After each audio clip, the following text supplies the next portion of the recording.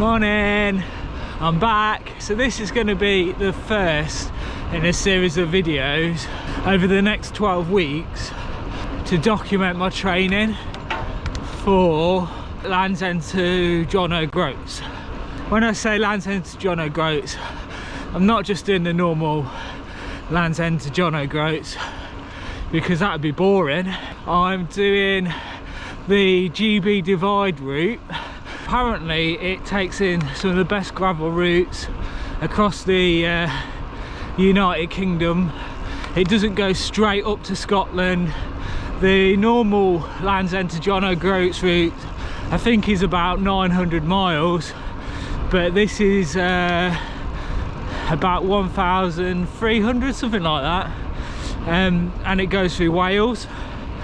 So every year, well, for the last couple of years, there's a race called the GBDIVIDE Route which uses this route, and I think the fastest time was like just under 7 days or something stupid like that, which is set by some professional cyclists on the first year. I think there's no way I'm going to do 7 days, but I've got about just over 2 weeks to do it, which means I need to average about 80 miles a day.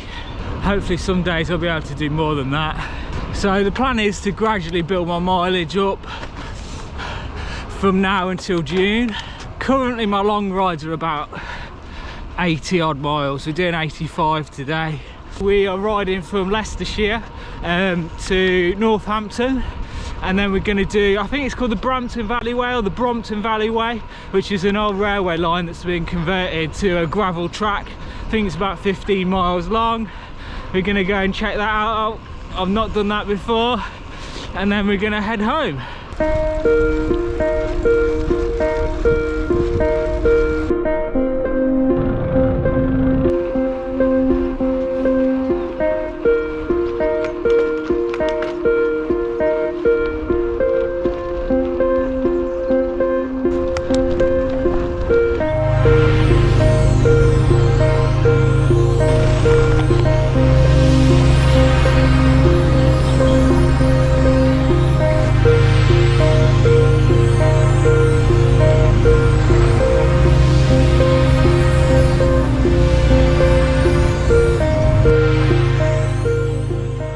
Yeah, we're about 20 miles in and we've got to our first off-road section.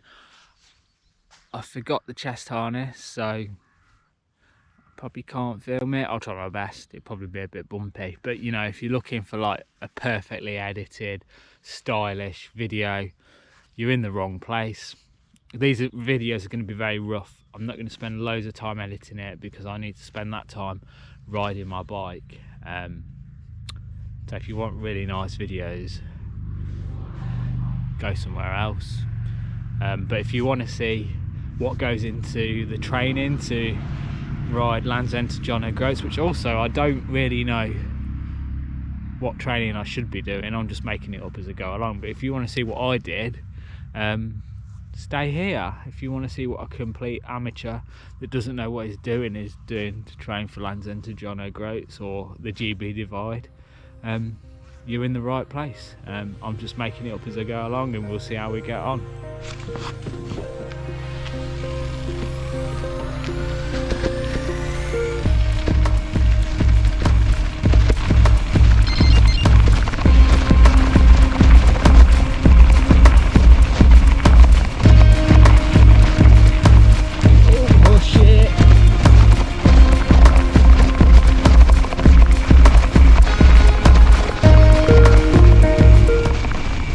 So gravel riding in the UK mainly consists of cow shit, mud and gates.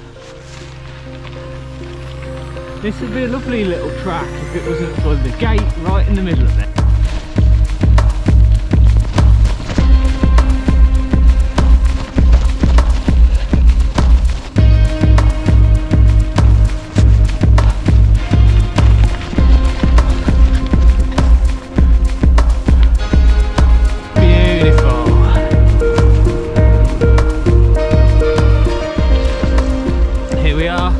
Brampton Valley Way.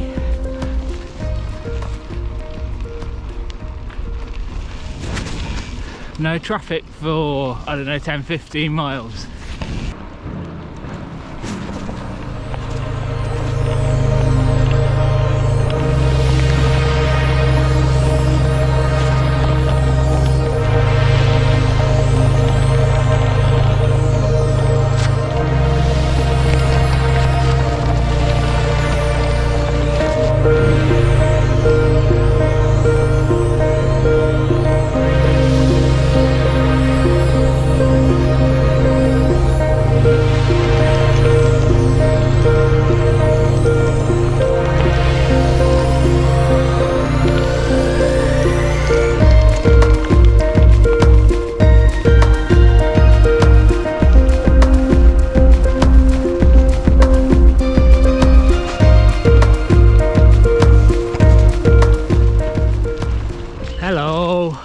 So just got off the Brampton Valley Way, had a bacon sarnie, now we're on another bridleway. As much fun as the Brampton Valley Way was, after a while just going in a straight line I suppose gets a little bit boring, so it's nice to be on some little twisty ones. So yeah, we're heading home now. Done 45 miles, got 40 to go. I was feeling quite hungry and I didn't really bring enough food. But yeah, I'm feeling alright now. I've got some food in me and warmed up.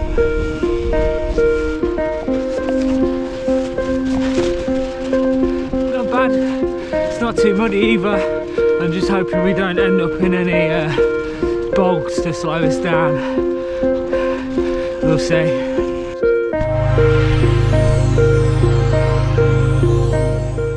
This would be lovely if it was a bit drier.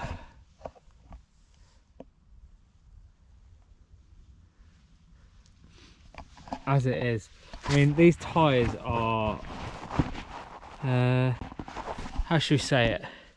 Not the best in the mud. They're great on the road when it's dry, but they're not the best of the mud. They're the Terraval Sparwood. But you know, one thing I've learned is you just got to make the most of it. You know, sometimes when you do these things, you go off-road on these routes where you've never been before, things can take a lot longer than you think that they would. I mean, this isn't actually too bad. It's not going to slow me down by much, but sometimes you're going through mud and it's like nearly up to your knees. But yeah, so far we've been quite lucky.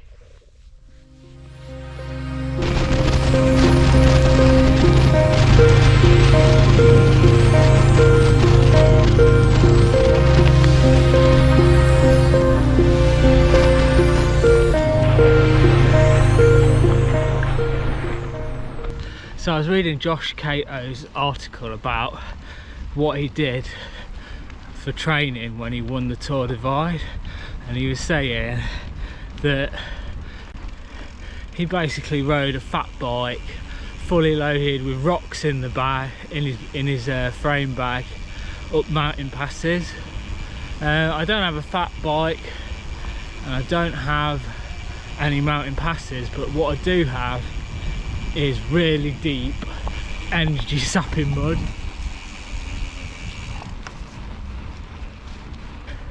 So I don't know, maybe it'll work the same. Maybe I'll set a new record on the GB Divide.